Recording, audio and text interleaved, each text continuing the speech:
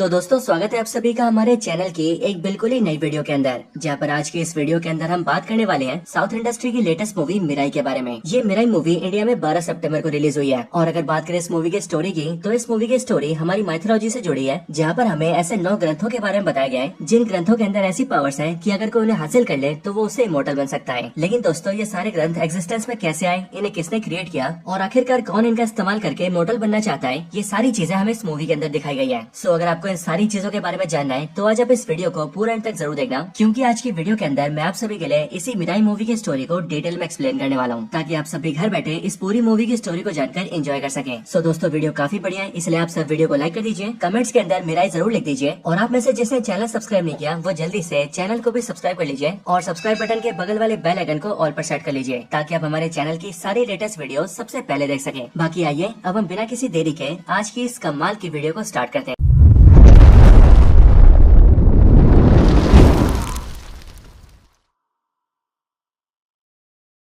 तो दोस्तों Mirae movie की स्टार्टिंग होती है साल 232 बीसी से, यानी कि आज से करीब 2255 साल पहले से। और इस इतिहास के समय में हम कहानी जानते हैं अशोक सम्राट की। अगर दोस्तों आप सब नहीं जानते कि अशोक सम्राट कौन है, तो मैं आपको बता दूं कि अशोक सम्राट इंडियन हिस्ट्री के सबसे बड़े वॉरियर्स में से एक है, और इन्होंने अपने टाइम पर मौर्य एम्पायर को रूल भी किया है। और दोस्तों अशोक सम्राट को लेकर सबसे बड़ी बात तो ये है कि इन्होंने अपनी लाइफ में जितनी भी वॉर्स लड़ी थी वो उनमें से एक भी वॉर नहीं हारे थे, और इसीलिए इतिहास के पन्नों में अशोक सम्राट को अशोक द ग्रेट कहा जाता है। अब दोस्तों मिराई मूवी की स्टार्टिंग में हम इसी अशोक सम्राट की स्टोरी जानते हैं, और यहाँ स्पेशल बात ये होती है कि अशोक सम्राट की स्टोरी यहाँ पर और कोई नहीं बल्कि एक्टर प्रभास एक्सप्लेन करते हैं। और प्रभास अशोक सम्राट के बारे में बताते हुए कहते हैं कि अशोक सम्राट इंडियन हिस्ट्री के बहुत बड़े वॉरियर थे, और उन्होंने बारी बारी करके सारे वॉर्स को जीता था। लेकिन जब अशोक सम्राट ने कलिंग वॉर को जीता, तब उसके बाद जाकर अशोक सम्राट को ये रियलाइज हुआ कि वॉर से कभी किसी का फायदा नहीं होता। वॉर सिर्फ डिस्ट्रक्शन लेकर आती है, जिस डिस्ट्रक्शन के अंदर न सिर्फ लोग मरते हैं बल्कि परिवार भी तबाह हो जाते हैं। और फिर इसी रियलाइजेशन की वजह से अशोक सम्राट ने वॉर लड़ना छोड़ दिया, एंड उन्होंने डिसाइड किया कि अब वो आज के बाद कभी भी किसी भी लड़ाई में इन्वॉल्व नहीं होंगे। लेकिन दोस्तों अशोक सम्राट के अंदर बहुत ही डिवाइन पावर्स थी, और इसीलिए उन्होंने ये फैसला किया कि वो अपनी इन पावर्स को सरेंडर कर देंगे, ताकि वो आने वाले टाइम में चाहकर भी अपनी इन पावर्स का इस्तेमाल न कर पाए। अब अशोक सम्राट ने जब अपनी पावर्स को सरेंडर किया, तब उन्होंने अपनी सारी पावर्स को 9 डिवाइन ग्रंथों में बांट दिया, और इन्हीं 9 ग्रंथों में से 8 ग्रंथों में तो उनकी सिद्धियां थी, यानी कि बेसिकली पावर्स थी। लेकिन इन सब में जो 9वां ग्रंथ था उसके अंदर अशोक सम्राट ने अपनी इमॉर्टल की पावर डाल दी, जिसे कहा जाता है अमृतवा। और इसीलिए दोस्तों 8 ग्रंथों के अंदर अशोक सम्राट की पावर्स थी, एंड 9वें ग्रंथ के अंदर अशोक सम्राट का अमृतत्व था। और इसीलिए अगर कोई भी इन 8 ग्रंथों को हासिल करने के बाद 9वें ग्रंथ को हासिल कर लेगा, तो 9वें ग्रंथ के अमृतत्व की वजह से वो इमॉर्टल हो जाएगा। लेकिन दोस्तों ये पावर्स किसी गलत हाथ में ना आ जाए, इसीलिए इन ग्रंथों को सेफ रखने के लिए अशोक सम्राट ने इसे 9 वॉरियर्स के हाथों में रख दिया। और ये 9 वॉरियर्स दुनिया भर के ऐसे वॉरियर्स थे जो कि अपने अपने क्षेत्रों में सबसे पावरफुल थे। और दोस्तों ये 9 वॉरियर्स दुनिया भर में फैले हुए थे, जैसे कि कोई वॉरियर चाइना का था, कोई अफ्रीका का था,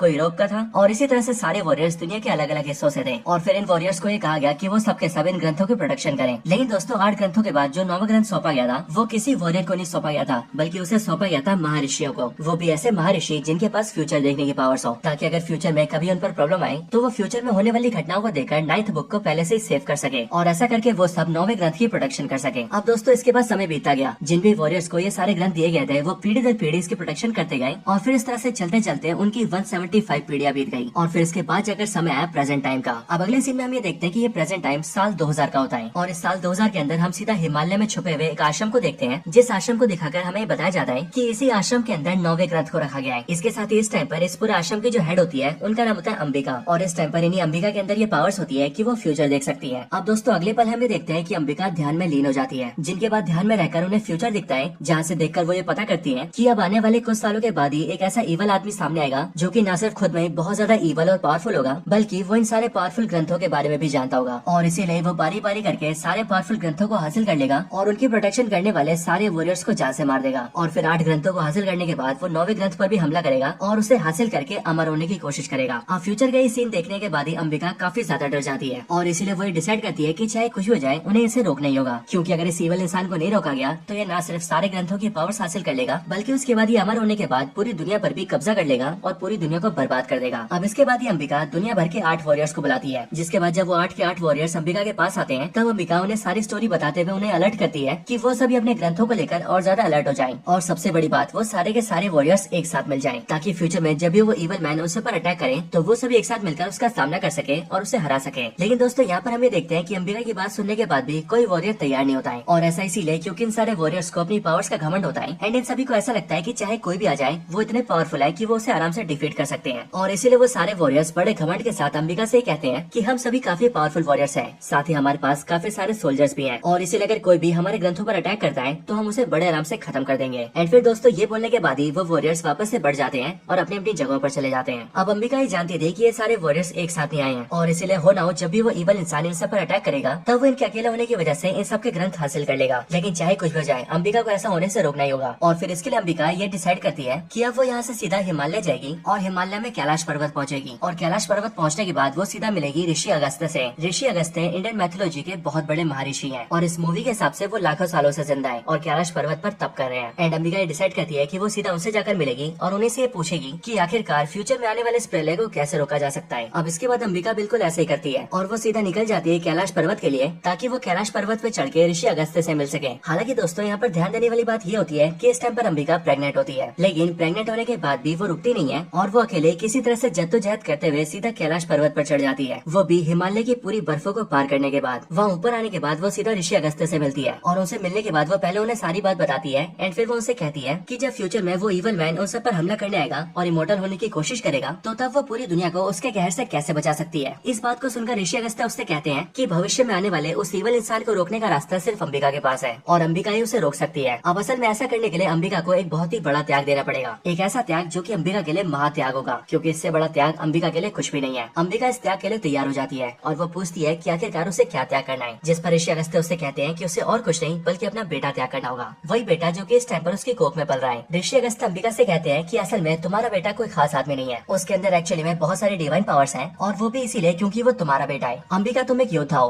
क्योंकि प्रेग्नेंट होने की हालत में भी तुमने पूरा हिमालय चढ़ लिया और यहाँ कैलाश पर्वत पर मुझसे मिलने आ गई और इसीलिए जो तुम्हारा होने वाला बेटा होगा वो भी तुम्हारी तरह एक महायोद्धा होगा। लेकिन अगर इस बेटे को तुमने पाला तो फिर ये इतना शक्तिशाली नहीं बन सकेगा और इसीलिए अगर तुम चाहती हो कि ये इतना शक्तिशाली बने कि ये भविष्य में आने वाले उस इवल इंसान को रोक दे तो फिर इसके लिए तुम्हें अपने बेटे को नेचर को सौंपना होगा, यानी कि प्रकृति को, क्योंकि प्रकृति के अंदर वो शक्तियाँ है कि वो इसे इतना पावरफुल बना देगी कि ये सही मायनों में एक महायोद्धा बन जाएगा। अब हम ये देखते हैं कि अंबिका इस बात के लिए तैयार हो जाती है, जिसके बाद कुछ समय बीतते ही जैसी अंबिका का बेटा पैदा होता है वैसी अंबिका उसे वाराणसी के घाट पर ले जाती है और उसे वहाँ गंगा किनारे छोड़ देती है ताकि वो प्रकृति के बीच रहकर वहाँ पल सके और सही मायनों में एक महायोद्धा बन सके। हालांकि इसके बाद अंबिका रुकती नहीं है और वो 9वें ग्रंथ को एक गुफा में छुपा देती है, एक ऐसी गुफा के अंदर जहाँ पहुँचने का रास्ता सिर्फ अंबिका को पता है। और फिर ऐसा करने के बाद अंबिका कहीं गायब हो जाती है, यूँ मानो वो सब कुछ छोड़कर कहीं दूर चली जाती है। लेकिन दोस्तों अब ये सब होने के बाद 24 साल बीत जाते हैं और 24 सालों के बाद हम हिमालय के उसी आश्रम को देखते हैं जहाँ पर 9वें ग्रंथ को रखा जाता था, यानी कि अंबिका के आश्रम को। अब इस आश्रम के अंदर हम एक लड़की से मिलते हैं जिसका नाम होता है विभा और ये विभा एक यंग लड़की होती है जिसकी उम्र 22-23 साल की होती है। आश्रम की इसी लड़की से यानी कि विभा से इस आश्रम का हेड मिलने आता है जो कि असल में इस आश्रम का गुरु होता है और ये गुरु विभा से मिलकर उससे कहता है कि हमारे इस पूरे आश्रम की जो असली हेड थी यानी कि अंबिका, उन्हें ये आश्रम छोड़े हुए अब 24 साल पूरे हो चुके हैं, क्योंकि आज से 24 साल पहले उन्होंने अपने बेटे का त्याग किया था और उसे एक महायोद्धा बनाने के लिए प्रकृति को सौंप दिया था। लेकिन फिर उसके बाद ही वो 9वें ग्रंथ को लेकर कहीं गायब हो गई। लेकिन फिर उसके बाद उन्होंने 9वें ग्रंथ को भी कहीं छुपा दिया और फिर वो खुद भी कहीं चली गई और तब से लेकर आज तक वो कभी नहीं लौटी है। लेकिन हाँ, आज से 24 साल पहले अंबिका ने जो भी भविष्यवाणी की थी वो सारी चीजें सच हो रही हैं और अभी बीते समय के अंदर हमने ये देखा है कि जैसे इवल इंसान के बारे में अंबिका ने बात की थी बिल्कुल वैसा इंसान हमारे सामने आ चुका है और उसने अपनी बुरी शक्तियों का इस्तेमाल करके बारी बारी करके 6 ग्रंथों को हासिल भी कर लिया है और अब इसीलिए बाकी के 2 ग्रंथ हासिल करने के बाद ही वो हमारे 9वें ग्रंथ की ओर बढ़ेगा। लेकिन अगर उसे हमारा 9वां अमृत वाला ग्रंथ मिल गया और वो उसे पाकर अमर हो गया तो फिर वो पूरी दुनिया पर कहर ढा देगा। लेकिन जैसा कि हम सब जानते हैं कि उसे रोकने की शक्तियाँ सिर्फ अंबिका के बेटे के पास है और अब इसीलिए विभा समय आ गया है अंबिका के उस बेटे को ढूंढने का और उस महायोद्धा को युद्ध के लिए तैयार करने का। अब हम ये देखते हैं कि विभा का गुरुजी विभा को ये जिम्मेदारी देता है कि वो जाकर अंबिका के बेटे को ढूंढे और उस महायोद्धा को सारी बात बताकर युद्ध के लिए तैयार करे। जिसके बाद विभा बिना देरी किए सीधा वाराणसी जाती है क्योंकि अंबिका ने अपने बेटे को सबसे पहले वहीं पर छोड़ा था। वहाँ पहुंचकर विभा अंबिका के बेटे के बारे में जानकारी हासिल करती है। एंड दोस्तों यहाँ पर हम ये देखते हैं कि विभा के पास भी एक स्पेशल पावर है और वो पावर ये है कि अंबिका किसी के दिमाग को रीड कर सकती है और ये जान सकती है कि सामने वाले के दिमाग में क्या बातें चल रही है। विभा अपनी इस पावर का इस्तेमाल करके अंबिका के बेटे के बारे में जानकारी हासिल करती है, जिसके बाद जाकर वो एक ऐसे साधु से मिलती है जिस साधु ने अंबिका के बेटे को पाल पोस कर बड़ा किया था और उसी से उसे पता लगता है कि अंबिका के बेटे का नाम वेदा है। वो साधु अंबिका को बताता है कि वेदा उसके पास कुछ समय तक रहा था, लेकिन वेदा की आदत थी कि वो आसमान में तारों की दिशा देखकर अपनी दिशा बनाता था और इसीलिए जब वो लगभग 10-12 साल का था तब उसे तारों की दिशा से संकेत मिला कि अब उसे यहाँ से कलकत्ता कलकत्ता जाना चाहिए और इसलिए वो सीधा कलकत्ता चला गया। ये बात जानकर विभा सीधा कलकत्ता जाती है और वहाँ जाकर उसे पता लगता है कि वेदा बेशक से कुछ साल तक यहाँ पर रहा था, लेकिन कलकत्ता के बाद भी वो सीधा हैदराबाद चला गया। अब विभा ये समझ जाती है कि वेदा इस टाइम पर हैदराबाद में है और इसलिए वो उससे मिलने सीधा हैदराबाद के लिए निकल जाती है। लेकिन दोस्तों इसके बाद ही सीन शिफ्ट होता है और हम सीधा हैदराबाद में वेदा को देखते हैं, यानी कि मूवी के मेन हीरो को। हम ये जानते हैं कि इस टाइम पर वेदा 24 साल का है और वो इस टाइम पर अपने 2 दोस्तों के साथ रहता है। और जैसा कि आप सब जानते हैं कि इस मूवी में वेदा को और किसी ने नहीं बल्कि साउथ एक्टर तेजा सज्जा ने प्ले किया है। और ये तेजा सज्जा वही एक्टर है जो कि इससे पहले हनुमान जैसी ब्लॉकबस्टर मूवी में दिख चुके हैं। हम ये जानते हैं कि तेजा सज्जा यानी कि वेदा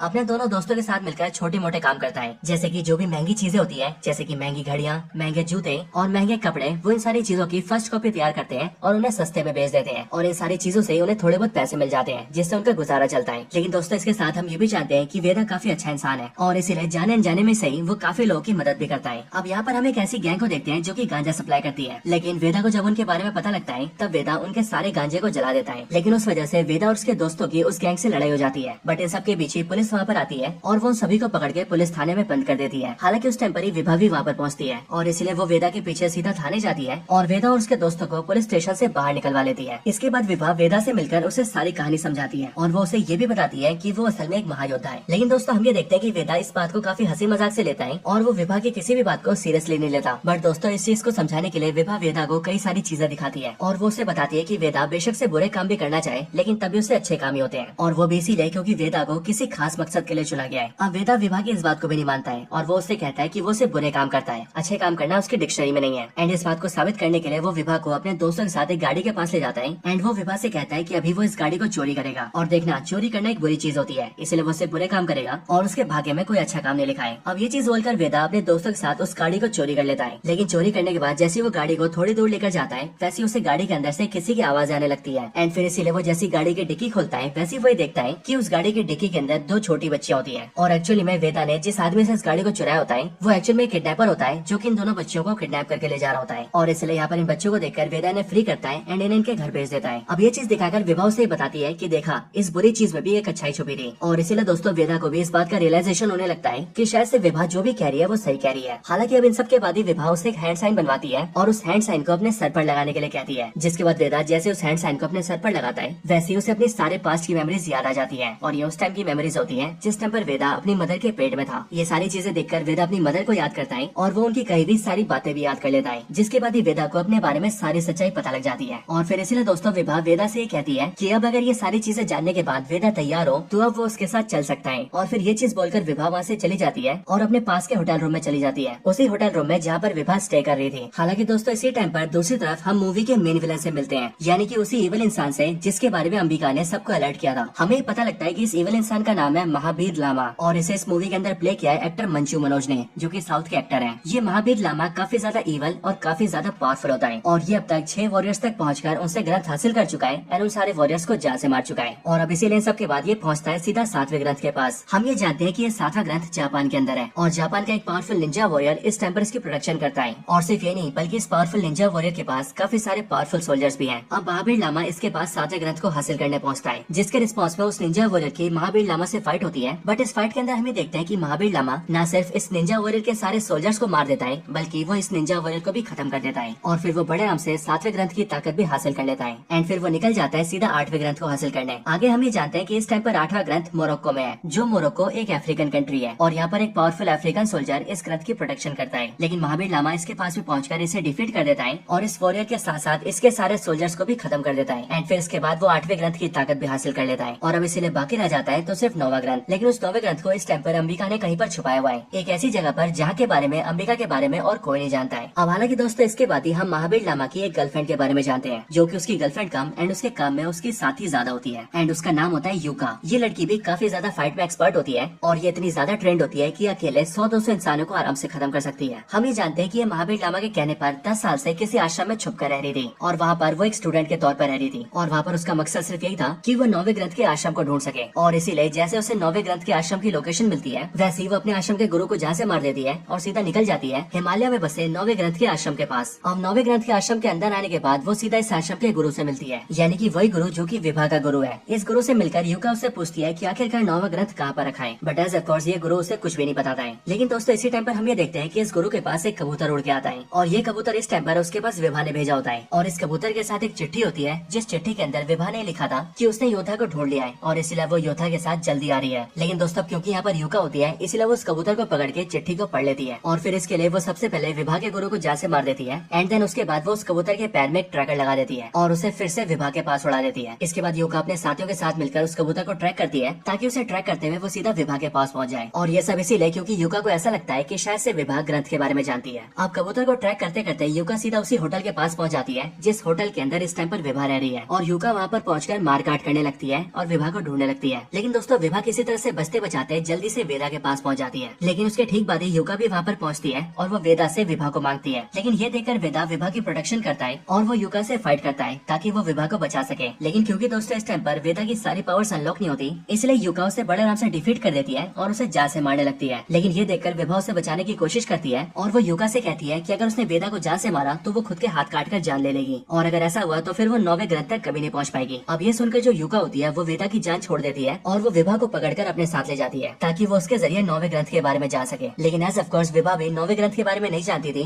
इसीलिए युका और महावीर लामा को 9वें ग्रंथ के बारे में कुछ भी पता नहीं लगता है। अब दोस्तों इन सब के बाद ही हम वेदा को देखते हैं, जिसे कि जब होश आता है तब वो ये रियलाइज करता है कि युका से होने वाली लड़ाई के अंदर उसने उसे अधमरा कर दिया था। और सिर्फ ये नहीं बल्कि उसे अधमरा करने के बाद युका उसके सामने से विभा को भी अपने साथ ले गई है। और फिर अब इसके लिए वेदा विभा के बताए हुए हैंड साइन को फिर से क्रिएट करता है और फिर से उस हैंड साइन को अपने सर पे लगाता है, जिससे कि उसे अपनी मदर की फिर से विजुअल्स आते हैं जहाँ से वो जानता है मिराई के बारे में। अब हालांकि दोस्तों मिराई क्या है इसके बारे में आपको आगे पता लगेगा, लेकिन इस विजुअल के साथ ही हम ये देखते हैं कि अपनी मदर को याद करने की वजह से वेदा के चेस्ट पर एक सिंबल बन जाता है। लेकिन जब वेदा अपने दोस्तों के साथ मिलकर उस सिंबल के बारे में पता करता है तब उसे पता लगता है कि वो सिंबल असल में एक नक्शा है और वो भी उस जगह का नक्शा जिस जगह पर मिराई रखा गया है। अब दोस्तों इसके बाद ही वेदा ये डिसाइड करता है कि वो सीधा मिराई लेने जाएगा, जिसके बाद ही वेदा अपने दोस्तों को लेता है और सीधा निकल जाता है हिमालय की तरफ। लेकिन दोस्तों हिमालय की तरफ जाते जाते रास्ता काफी कठिन हो जाता है एंड फिर इसीलिए वेदा अपने दोस्तों को वहीं पर छोड़ता है और आगे के रास्ते को अकेला कवर करता है। लेकिन फिर इसके बाद जाकर वेदा अचानक से एक बर्फ के गुफा में गिर जाता है, लेकिन उसी गुफा के अंदर वही देखता है कि उसके सामने मिराई रखा गया है। अब दोस्तों ये जो मिराई है इस वर्ड का मतलब होता है फ्यूचर यानी कि भविष्य, और इस मूवी के अंदर ये मिराई बेसिकली एक वेपन है जो वेपन भगवान श्री राम के टाइम से चलता आ रहा है और भगवान श्री राम ने इस वेपन को अपने हाथों से टच किया था एंड इसीलिए इसके अंदर काफी सारे डिवाइन पावर्स हैं। और वेदा को अपनी मदर के विजुअल्स के जरिए पता लगा था कि इसी मिराई का इस्तेमाल करके वो उस इवल मैन को रोक सकता है एंड इसीलिए अभी वो मिराई को हासिल करने की कोशिश करता है। लेकिन वेदा जैसी मिराई की ओर आगे बढ़ता है वैसे वही देखता है कि उस जगह पर एक बड़ा सा पक्षी है, एक ऐसा बड़ा सा पक्षी जो कि उस मिराई की प्रोटेक्शन कर रहा है। अब एक्चुअली में दोस्तों हमें पता लगता है कि ये बड़ा सा पक्षी और कोई नहीं रामायण के टाइम में दिखने वाले जटायु के छोटे भाई संपाति का वंशज है और ये वंशज लाखों सालों से मिराई की प्रोटेक्शन कर रहा है एंड इसीलिए वो जैसे यहाँ पर वेदा को देखता है वैसे वो वेदा पर हमला कर देता है, जिसके रिस्पॉन्स में वेदा इससे बचने की कोशिश करता है। लेकिन फाइट के दौरान ही वेदा को ये याद आता है कि उसके विजुअल्स में उसकी मदर ने उससे कहा था कि वेदा का जब इस पक्षी से सामना होगा तब उस टाइम पर वेदा को इसके सर को टच करना होगा, क्योंकि इसके सर को छूते ही इस पक्षी को वेदा की सारी सच्चाई पता लग जाएगी और वो ये जान जाएगा कि वेदा के इरादे बिल्कुल ठीक है, जिसके बाद वो खुद ही वेदा को मिराई लेने देगा। अब यहाँ पर वेदा बिल्कुल ऐसे करता है और वो इस पक्षी के सर को टच कर लेता है, जिसके बाद ये पक्षी वेदा की सच्चाई जान जाता है और वो ये जान जाता है कि वेदा के इरादे क्या है एंड फिर इसके बाद ही वो वेदा को मिराई लेने देता है। अब मिराई को हासिल करने के बाद वेदा वहाँ से निकलता है और वहाँ से नीचे आकर अपने दोस्तों से मिलता है। लेकिन अब दूसरी तरफ जैसे ऋषि अगस्त्य को ये पता लगता है कि वेदा ने मिराई को हासिल कर लिया है तब वो सीधा उसकी हेल्प के लिए आते हैं एंड वो उससे मिलकर उससे कहते हैं कि उनका नाम ऋषि अगस्त्य है और वेदा ने इस टाइम पर जिस वेपन को यानी कि मिराई को हासिल किया है उसके अंदर बहुत सी खास डिवाइन पावर छुपी है। लेकिन वेदा को धीरे धीरे करके इन सबको अनलॉक करना होगा और उसे सीखना होगा मिराई को इस्तेमाल करने का तरीका। अब इसके बाद ऋषि अगस्त्य वेदा से कहता है कि उसे इस मिराई को लेकर सीधा भगवान श्री राम के स्थान पर जाना होगा यानी कि अयोध्या, क्योंकि वहाँ पहुँचने के बाद ही उसे उसके आगे का रास्ता दिखेगा और वो मिराई को और अच्छे से इस्तेमाल करना सीख जाएगा। अब ये चीज सुनने के बाद वेदा अपने दोस्तों के साथ सीधा अयोध्या जाता है। लेकिन जब वो वहाँ पर पहुँचता है तब वो देखता है कि वहाँ पर महावीर लामा की साथी यानी कि योका अपने कई सारे सोल्जर्स के साथ वेदा पर अटैक कर देती है और साथ ही साथ वेदा ये भी देखता है कि योका इस टाइम पर विभा को भी अपने साथ लेकर आई होती है। लेकिन दोस्तों इस फाइट के अंदर हम ये देखते हैं कि वेदा मिराई की पावर्स को अनलॉक कर लेता है एंड उसकी शक्तियों का इस्तेमाल करके वो योका को डिफीट कर देता है और उसे अधमरा कर देता है और साथ ही साथ वो उसके सारे सोल्जर्स को भी बहुत बुरी तरह से पीटता है और फिर ऐसे योका को हराने के बाद वो विभा को लेकर सीधा वहाँ से निकल जाता है। अब दोस्तों विभा को पाने के बाद वेदा अपनी मॉम की मेमोरीज याद करता है, जिसके बाद उसकी मेमोरीज में हम ये देखते हैं कि उसकी मदर ने उससे कहा था कि मिराई को हासिल करने के बाद जब तुम उसकी शक्तियों को अपना लोगे तब तुम्हें उसके बाद सीधा तंत्रवन जाना होगा और फिर इसीलिए तंत्रवन का नाम सुन के वेदा सभी को लेकर सीधा तंत्रवन की ओर निकल जाता है। अब दोस्तों हमें पता लगता है कि तंत्रवन असल में वो जगह है जहाँ पर ग्रंथों के योद्धाओं में से पहला योद्धा रहता है। वहाँ पहुंचकर वेदा जैसी पहले योद्धा से मिलता है वैसी पहला योद्धा उसके हाथों में मिराई को देखकर ये समझ जाता है कि वेदा और कोई नहीं बल्कि महायोद्धा है, वही महायोद्धा जो कि इवल मैन को रोकने आया है और फिर इसीलिए वो वेदा को अपने साथ ले जाता है एंड उसे सारी सच्चाई बताता है। अब दोस्तों इस स्टोरी के अंदर ही हमें पता लगता है कि आखिरकार महावीर लामा कौन है और वो क्यों इन सारे ग्रंथों के पीछे पड़ा हुआ है। एक्चुअली में पहले योद्धा की स्टोरी के हिसाब से हम ये जानते हैं कि आज से बहुत साल पहले महावीर लामा एक छोटे से गाँव में रहता रहता था, लेकिन उस गाँव में उसका जो पिता था उसने दूसरी शादी कर ली और इसीलिए अपनी पहली पत्नी से छुटकारा पाने के लिए उसने उसे डायन साबित कर दिया और गाँव वालों के साथ मिलकर उसने उसे जला दिया। लेकिन अब क्योंकि वो जलने वाली महावीर लामा की मदर थी, इसीलिए सबने महावीर लामा को भी मनहूस कहना स्टार्ट कर दिया और साथ ही सबने ये कहा कि वो एक डायन और चुड़ैल का बेटा है। इन चीजों की वजह से पूरे गाँव ने महावीर लामा से नफरत करना शुरू कर दिया और सबने मिलकर महावीर का तिरस्कार कर दिया। लेकिन फिर ये सारी चीजें देखकर जब महावीर ने भगवान से मदद मांगी तब भगवान ने उसकी कोई हेल्प नहीं करी और फिर इसके बाद ही महावीर लामा ने ये समझ लिया कि भगवान उसकी कभी कोई मदद नहीं करेगा एंड उसे जो करना है वो खुद ही करना है। इसके बाद ही महावीर लामा सभी इंसानों और भगवानों के खिलाफ हो गया और फिर इसके लिए सबसे पहले जो भी उसे चिढ़ाता था या बुरा कहता था महावीर लामा ने उसे मारना शुरू कर दिया और उन सबको मारते मारते एक दिन उसने अपने पूरे गाँव को जला दिया और पूरे गाँव में आग लगा के बाहर बैठकर उन्हें देखकर हंसने लगा। लेकिन उसी टाइम पर मैंने यानी कि पहले योद्धा ने उस जलते हुए गाँव को देखा और फिर इसलिए जब मैं महावीर लामा से मिला तब मुझे ऐसा लगा कि वो एक बेबस और लाचार बच्चा है जो कि अपने परिवार को गांव में खो चुका है और अब क्योंकि उसका पूरा गांव जल चुका था इसीलिए मैं उसे अपने साथ ले आया और यहाँ अपने पास रख के मैंने उसे अपनी सारी शिक्षाएं दी। मैंने उसे अपनी सारी शक्तियाँ सिखाई, उसे जादू करना सिखाया, विद्याएं दी और उसे अपने बेटे के बराबर का प्यार और सम्मान दिया। यहाँ तक कि मेरे जितने भी शिष्य थे उस समय महावीर लामा सबसे बढ़िया था। और फिर इसीलिए समय बीतता गया और फिर वो समय आया जिस दिन मुझे अपने पहले ग्रंथ के लिए अपना सक्सेसर चाहिए था। अब ऐसा करने के लिए मेरे पास दो ऑप्शन थे, पहला मेरा बेटा और दूसरा महावीर लामा। लेकिन इन दोनों में से कौन योग्य है उसके लिए मैंने उन दोनों की परीक्षा ली। उस परीक्षा के अंदर शक्तियों के मामले में महावीर लामा काफी आगे था, लेकिन मैंने ये देखा कि महावीर लामा की शक्तियों में एग्रेशन है और महावीर ऐसा है जो कि अपने फायदे के लिए किसी को नुकसान भी पहुंचा सकता है और इसीलिए उसके मन की इस चीज को देखकर मैंने उसे रिजेक्ट कर दिया और पहले ग्रंथ को सौंप दिया अपने बेटे को। लेकिन महावीर से ये चीज झेली नहीं गई और वो इतने ज्यादा गुस्से में आ गया कि उसने खुंदक में मेरे बेटे को जान से मार दिया, उससे पहले ग्रंथ को छीन लिया, उसकी शक्तियों का बुरा इस्तेमाल किया और हमारे पूरे गाँव के लिए एक जादुई धागे बनाकर उन सबको पहना दिया और उसके इस्तेमाल से एक ही झटके में उन सबकी जान लेने लगा। यहाँ तक कि वो इतना शक्तिशाली हो गया था कि मैं भी उसे रोक नहीं पा रहा था। लेकिन फिर उसी समय पर अंबिका सामने आई और उसने हम सबको बचाया। अंबिका ने महावीर लामा को रोक दिया, लेकिन अब क्योंकि उसकी शक्ति की वजह से हमारा पूरा गांव मरता जा रहा था इसीलिए अंबिका ने अपने आप को आग में त्याग दिया और उन शक्तियों से हमारे पूरे गांव की जान बचा ली। अब हालांकि हमारे गांव की जान तो बच गई, लेकिन अंबिका ने अपने जीवन का त्याग कर दिया था। और रही बात महावीर लामा की, तो वो पहले ग्रंथ को लेकर भाग गया, लेकिन फिर उसके बाद भी महावीर लामा रुका नहीं और उसने बारी बारी करके कुछ सालों के अंदर बाकी सारे ग्रंथों को भी हासिल करना शुरू कर दिया। और फिर इसी तरह से देखते देखते अब उसके पास 8 ग्रंथ है एंड अब उसका लक्ष्य है 9वें ग्रंथ को हासिल करना, जिसके अंदर अमृतत्व है। और अगर उसने उसे हासिल कर लिया तो फिर वो अमर हो जाएगा। एंड अब क्योंकि वो पूरी दुनिया के सारे लोगों से नफरत करता है इसीलिए वो एक ही झटके में इंसानों को मारने की कोशिश करेगा। अब दोस्तों महावीर लामा के बारे में सारी चीजें जानने के बाद वेदा ये फैसला करता है कि वो अपनी मदर के सेक्रीफाइस को बेकार नहीं जाने देगा एंड अब वो कुछ भी करके 9वें ग्रंथ को ढूंढकर उसकी प्रोटेक्शन करेगा। अब इसके बाद ही वेदा अपने साथियों के साथ मिलकर सीधा 9वें ग्रंथ को ढूंढने निकलता है, लेकिन फिर रास्ते में उसे तारे फिर से दिशा दिखाते हैं और उसे देखकर वेदा ये याद करता है कि वो बचपन से इन तारों की डायरेक्शन देख रहा है और इन तारों के जरिए उसकी मदर ही हमेशा उसकी हेल्प करती थी और वो तारों की मदद से उसे सही रास्ता दिखाती थी। एंड इसलिए आज भी वो इन तारों के डायरेक्शन में जाता है और उसके जरिए सीधा उसी गुफा तक पहुंच जाता है जहाँ पर 9वां ग्रंथ रखा गया है और फिर वहाँ पहुंचकर वेदा 9वें ग्रंथ को ले लेता है। अब इसके बाद ही वेदा अपने साथियों के साथ मिलकर उस 9वें ग्रंथ को लेकर जा रहा होता है, लेकिन फिर रास्ते में महावीर लामा उस पर हमला कर देता है और वो उससे 9वां ग्रंथ छीनने की कोशिश करता है। यहाँ पर वेदा अपनी मिराई की मदद से महावीर लामा पर हमला करता है और इस फाइट के अंदर वो महावीर लामा पर भारी तो पड़ता है, लेकिन महावीर लामा इतना ज्यादा पावरफुल होता है कि वो वेदा को न सिर्फ डिफीट कर देता है बल्कि वो उससे 9वें ग्रंथ को भी हासिल कर लेता है। और फिर उसके बाद ही वो सारे ग्रंथ की पावर्स को एक्टिवेट करता है और फिर वो देखते देखते एक ही बार में अमर हो जाता है, यानी कि इमोर्टल। और अब क्योंकि इस टाइम पर महाकुंभ का टाइम होता है इसलिए महावीर लामा महाकुंभ के पास एक पोर्टल ओपन करता है और महाकुंभ में आए हुए करोड़ों लोगों को एक साथ जान से मारने लगता है। इसके साथ ही महावीर लामा वेदा को भी बहुत ज्यादा इंजर्ड कर देता है। लेकिन फिर इसके बाद जब वेदा के पास सारे रास्ते बंद हो जाते हैं तब वो अपनी मेमोरीज में अपनी मदर की कही हुई बातों से अपनी पावर्स को अनलॉक करता है और वो मिराई को सीधा अपने हाथों में पकड़ता है। और अब क्योंकि दोस्तों अगर आपको याद हो तो मिराई वही वेपन है जिसे भगवान श्री राम ने अपने हाथों से पकड़ा था, इसलिए यहाँ पर हम ये देखते हैं कि इसके अंदर लॉर्ड राम की पावर्स होती है और इसीलिए मिराई देखते ही देखते लॉर्ड राम का धनुष बन जाता है और उसके अंदर एक तीर भी आ जाता है, जिसके बाद ही वेदा उस तीर को सीधा महावीर लामा को मारता है। एंड उस डिवाइन और पावरफुल तीर के अटैक से महावीर लामा जो कि इमॉर्टल हो चुका था वो एक ही अटैक में खत्म हो जाता है और महावीर लामा की खत्म होने के साथ ही उसकी पावर्स के असर से महाकुंभ में मरने वाले सारे लोग भी जिंदा बच जाते हैं। एंड इस तरह से वेदा महावीर लामा का दी एंड कर देता है और फिर इसके साथ ही ये पूरी मूवी खत्म हो जाती है। अब दोस्तों इस पूरी मूवी की स्टोरी काफी अच्छी रही, लेकिन इस मूवी के एंड होने के साथ ही इस मूवी के अंदर एक पोस्ट क्रेडिट सीन भी आता है एंड उसके अंदर हम मिराई पार्ट 2 के मेन विलन को देखते हैं। और वैसे इस पोस्ट क्रेडिट सीन से हमें इसके आगे की स्टोरी तो पता नहीं लगती, लेकिन हाँ हमें ये चीज जरूर बता दी जाती है कि मिराई की स्टोरी यहाँ पर खत्म नहीं हुई है और इसीलिए आने वाले टाइम में इसके और भी पार्ट्स आएंगे जिसके अंदर इसकी स्टोरी को कंटिन्यू किया जाएगा। पर दोस्तों अभी के लिए इस पूरी मूवी की स्टोरी यहीं पर खत्म होती है। सो अगर आपको ये वीडियो और मूवी की स्टोरी पसंद आई हो तो आप सब वीडियो को लाइक करना, कमेंट्स के अंदर गुड, वेरी गुड या फिर इस मूवी का नाम यानी कि मिराई जरूर लिखना और जिन्होंने चैनल सब्सक्राइब नहीं किया वो जल्दी से चैनल को भी सब्सक्राइब कर लेना। बाकी मैं आपसे मिलता हूँ